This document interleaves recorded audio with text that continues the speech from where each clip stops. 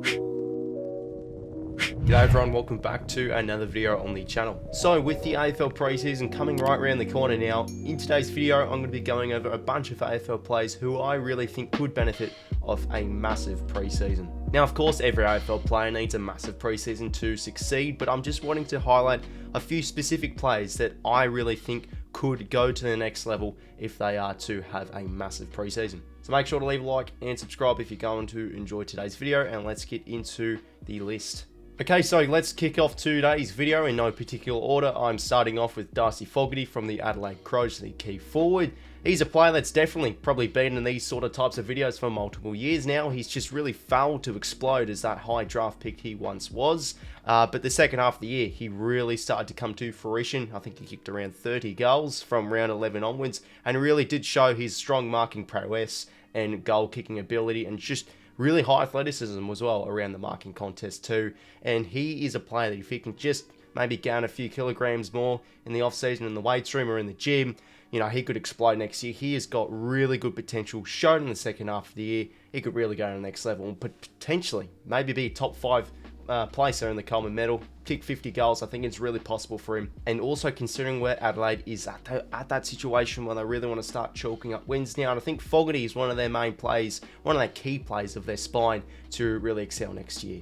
Next player I've got is Jack Lukosius from the Gold Coast Suns. Always one of those plays that we always question, could he be that player that he should be? We always say he's a superstar, got high amounts of potential, but he's just season after season now, just sort of meandering across the mediocrity line. He's yet to really impress us.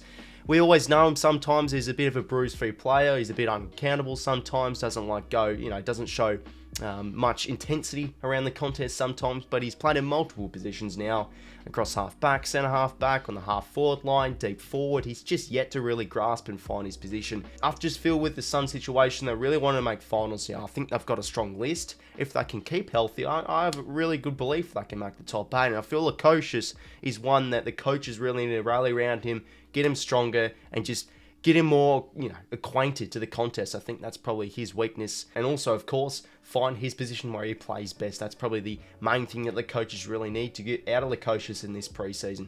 Find his position and also just really blossom like he should be. Next player got in today's video is Chad Warner from the Sydney Swans. Of course, one of a personal favourite of mine as coming from a Swans fan, but geez, I mean, he's one of the most damaging midfielders in the competition. And the meters gained he accumulates each game is scarily good. Always loves to take the gum on with every possession. He's one that if he has a massive preseason, you know, he trains hard, gains a few kilograms, he could be an absolute warrior in the contest. And I feel like now with the Sydney's midfield, the youth is really starting to take over, and he could be an absolute leader of that midfield group. Next year, I mean, possibly a Brownlow medal is probably a bit too far, but seriously, he could maybe become an All-Australian. He's got bucket loads of potential, and I just feel with a massive preseason, he could absolutely thrive next year.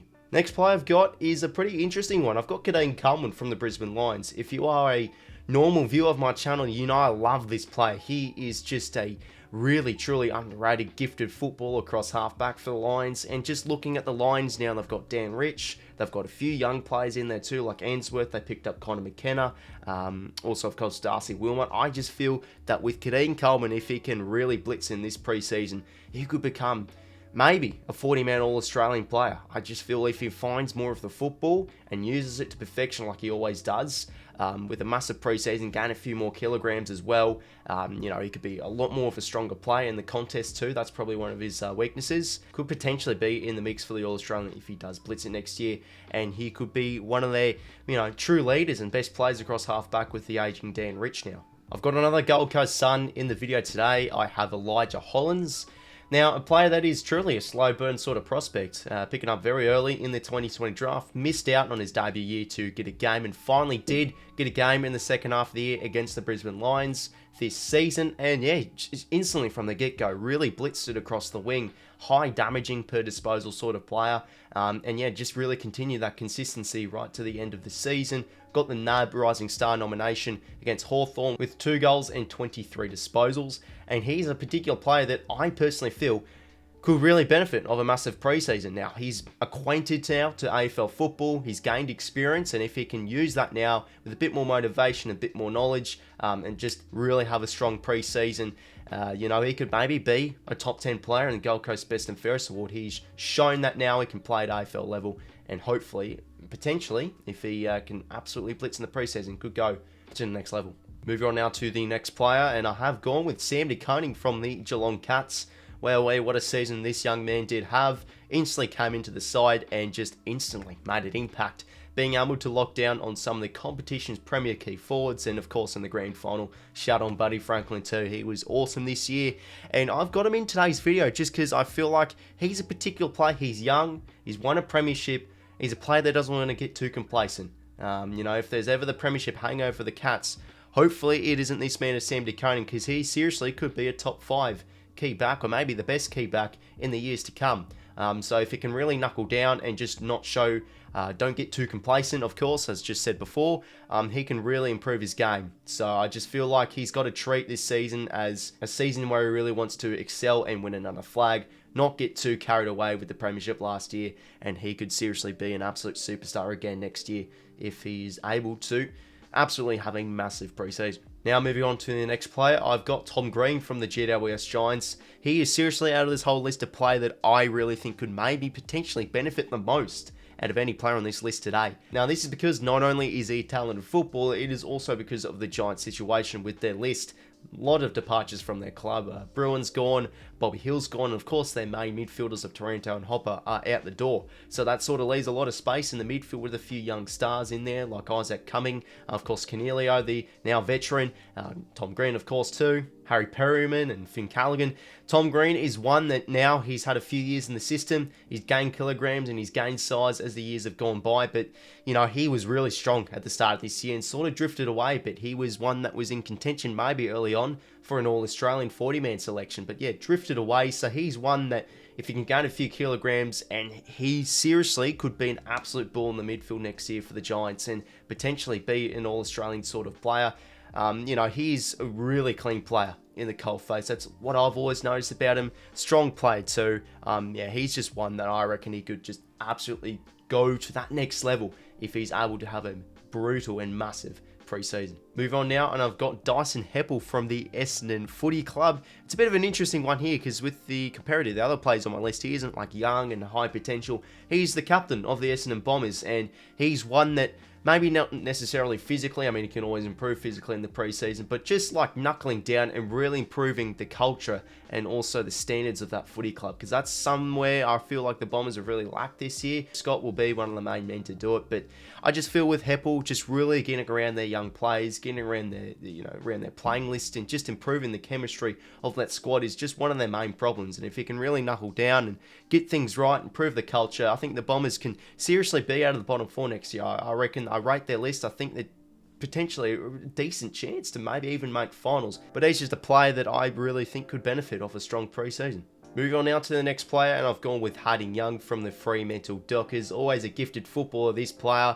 I've always rated him ever since I saw his draft prospect highlights. Just a clean player, smart footy player, great kick on him too. And as soon as he did join the competition, you could always tell that he was a bit of a light frame fella, but as the years have gone by, he's gained size and really did have sort of, I guess, his breakout year in 2022, really showing that he has sky-high potential to be one of the premier competition's premier running halfback flankers, or decision or ball playing halfback flankers. And now I feel like Freo's situation, the young talent is really starting to rise through.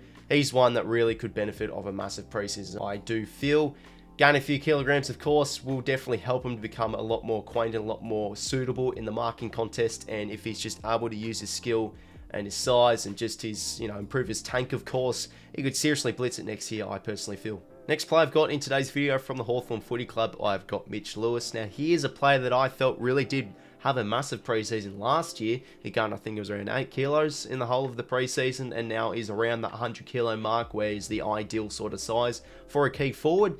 And the first half of the season was really good. Was kicking goals left, right and centre. Not only that, the Hawks were playing great footy too, and then yes, of course, did get that injury around the midpoint of the season. Had a few setbacks, of course, and it was revealed that in the second half there he was playing with an injury too, so that's sort of why he did have a bit of a poorish or not so great second half of the year. But again, I just feel with the Hawks situation, very young list, they need a target man. Mitch Lewis is the guy. I feel like with another strong preseason, he is a player that maybe could kick 50 goals next year if healthy throughout the span of 2023. Moving on to the next player, I've got Tarryn Thomas from the North Melbourne Footy Club. Sort of similar to Jack Latkosis, he's that one that is a high prospect talent. He's got lots of potential, but just isn't able to show it, or is yet to show it. And North situation, it's difficult for him. A team that is at the bottom of the ladder for the past few years now, and it's hard for him to really excel under an environment that only picks up around 2 wins a season. That's obviously something you've got to take into consideration with him. But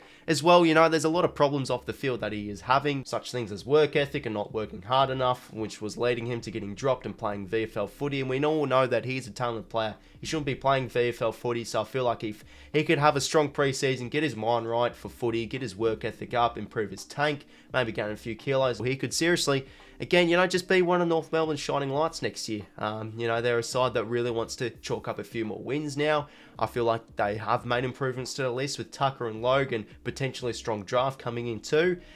So yeah, I think Tarryn Thomas, talented player, really needs to improve his work ethic throughout this upcoming preseason. Next player I've got in today's video, it's sort of an obvious selection, but I wanted to include him anyway. I've got 𝐼𝐻𝐿𝐴 from Port Adelaide. Awesome year he did have in 2022. So as he moved into that midfield, just became one of the competition's elite goal-kicking midfielders that showed his class, of course, every game, and of course, did finish top 5 in the coaches' vote. So that's always an indication of, wow, we've got a serious talent here. You know, he was just absolutely special this year, and yeah, as said before, it's an obvious selection. If he can have a massive preseason, you know, it will potentially come next year, maybe another All-Australian selection, and even top 5 in the Brownlow medal, who knows. But yeah, he is a serious talent, and with Port Adelaide situation as well, they need those young guns to start rising now with the veterans getting on.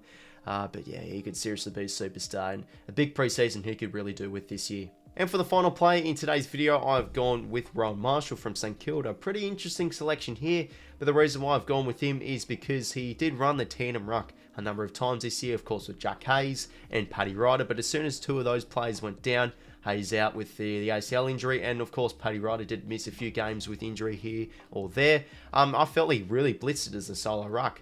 He always was one that I just really always noticed him when he did have full responsibility in the ruck. Showed, of course, his impact down forward and around the ground too, and just racked up the hitouts. And now with St Kilda's situation, you know, Ross Lyon is the coach. He really loves to grill plays in the off-season and in the pre-season too. He could really do with a massive pre-season, and potentially he could be up there for an All-Australian selection alongside Gawn and Witts and Tim English. So it's a bit of a, you know, a bit of a left field selection, of course, with Rowan Marshall. But he's always been a player that has really stood out for me, especially when he did go with the solo ruck.